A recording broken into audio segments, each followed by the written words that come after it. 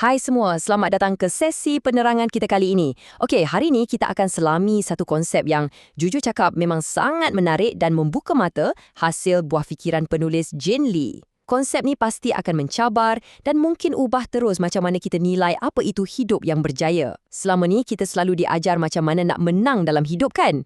Tapi macam mana kalau papan markah yang kita guna selama ni sebenarnya tak lengkap? Jom luaskan sikit minda kita hari ini dan kita tengok macam mana kita boleh naik taraf kriteria kejayaan kita dalam permainan kehidupan ni. Okey, jom kita terus masuk ke topik ni. Cuba anda bayangkan situasi ni. Anda baru je check-in kat satu bilik hotel. Bilik tu, wah, memang bersih gila. Cadarnya baru dan wangi, bilik mandi berkilat, tak ada kesan kotor langsung, siap ada tingkap yang view dia memang cantik sangat.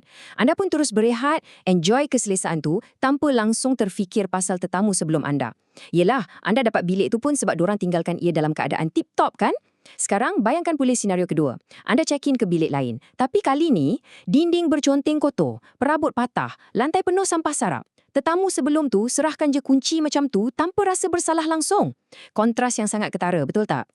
Realitinya, kita memang jarang atau tak pernah langsunglah nak anggap diri kita ni sebagai tetamu kedua yang hancurkan bilik tu.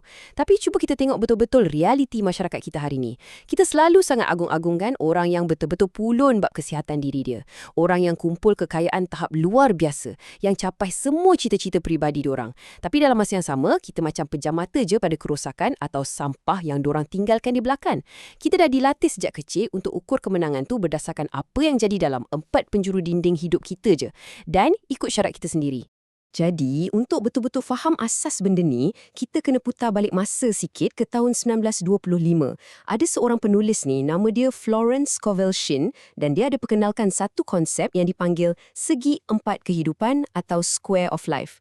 Idea dia macam ni, hidup ni ibarat satu permainan dan kejayaan peribadi kita terbina atas 4 sisi utama ni. Kesihatan, ekspresi diri, hubungan dan kemakmuran. Florence cakap kalau kita abaikan mana-mana satu je daripada sisi ni, habis, keseluruhan segi 4 kejayaan peribadi kita tu akan runtuh. Mari kita tengok sikit bab kemakmuran ni. Bila Shin cakap pasal kemakmuran, dia bukan maksudkan kumpul duit semata-mata sebab nak kaya. Bukan macam tu. Ia lebih kepada kecekapan kewangan. Maknanya, kita faham macam mana duit tu berkembang, macam mana hutang tu boleh beranak pinak dan faham prinsip-prinsip macam peraturan 72 dalam kewangan. Sebagai seorang pemain yang peka tentang hidup ni, kita tak patut main langgar aja dalam dunia material ni. Kita perlukan ilmu kewangan ni supaya kita tak bergerak secara buta.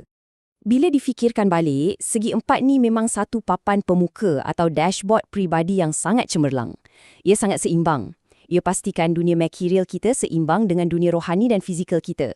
Ia halang duit daripada jadi satu-satunya kayu ukur kejayaan kita. Tapi pada masa yang sama, ia pastikan kerohanian kita tu tak buatkan kita terapung sampai lupa realiti fizikal badan kita. Untuk satu jangka hayat manusia, model ni memang satu kompas yang sangat-sangat tulen dan boleh diharap. Tapi cuba bayangkan, katakanlah anda dah berjaya kuasai keempat-empat sisi ni. Anda sehat, keuangan mantap, bebas suarakan diri dan semua orang sekeliling sayang anda. Kira macam kalau ikut ukuran biasa, anda dah menang besar lah kan? Tapi, apa jadi dekat segi 4 yang dah sempurna ni, bila pusingan hidup anda tamat? Bila tiba masa anda mati, apa yang berlaku? Jawapannya agak mendalam dan mungkin sikit menakutkan. Segi 4 tu runtuh bersama-sama dengan anda. Hidup yang cuma diukur melalui dimensi peribadi akan berakhir di liang lahat. Maknanya, anda boleh main permainan peribadi ni dengan sangat sempurna, menang segala-galanya untuk diri sendiri, tapi pada masa yang sama, anda sebenarnya kalah dalam permainan yang lebih besar. Segi 4 ni cuma lapisan pertama je sebenarnya dalam permainan kehidupan ni. Di sinilah rangka kerja Jane Lee tadi tu masuk dan ubah segalanya. Ada 2 dimensi yang hilang yang Shin tak nampak dalam model asal dia. Yang pertama ialah community. Dan bila saya sebut community, ia bukan sekadar kawan-kawan kita tahu. Ia ibarat lari berganti-ganti untuk umat manusia, keluarga kita, pendidikan, institusi yang kita warisi. Dan dimensi yang kedua pula ialah alam semula jadi. Ini bukan sekadar latar belakang kehidupan kita. Ini adalah pentas fizikal sebenar, udara, air, tanah yang menampung setiap generasi di atasnya. Jadi, sekarang ni saya nak tanya anda terus terang. Bila anda fikir balik pasal keluarga anda, pasal institusi kat sekeliling anda dan pentas fizikal bumi ni, adakah anda tinggalkan semua ni dalam keadaan yang lebih kuat atau anda tinggalkan ia berparut dan cedera untuk generasi yang akan datang? Persoalan dia, apakah jenis beton yang anda nak serahkan kepada pelari yang seterusnya dalam lari berganti-ganti manusia ni? Okey, mari kita tengok macam mana benda ni terbina secara penuh. Jen Lee ambil segi 4 yang berbentuk 2D tadi dan dia naik taraf jadi sebuah cube kejayaan 3D. Dia kekalkan 4 permukaan pribadi yang asal, kesihatan, ekspresi diri, hubungan dan kemakmuran. Tapi, dia jadikan ia lebih padu dengan tambal 2 lagi permukaan generasi tadi, warisan komuniti dan pengawasan alam semula jadi. Barulah nampak struktur penuh untuk sebuah kehidupan yang benar-benar lengkap kan? Bila kita bincang pasal pengawasan alam semula jadi, kita kena faham betul-betul apa maknanya. Hidup dengan kesedaran alam sekitar ni bermaksud kita bertindak sebagai penjaga bumi ni. Bila kita buang sampah dan cakap, buang je jauh-jauh, kita sebenarnya kena ingat satu benda. Perkataan dibuang jauh-jauh tu tak wujud pun. Ia bukan satu tempat yang sebenar. Setiap sisa yang kita buang, setiap tenaga yang kita bakar, semuanya pasti akan pergi ke suatu tempat. Setiap pusingan hidup kita kat dunia ni, confirm akan tinggalkan jejak di atas pentas ni.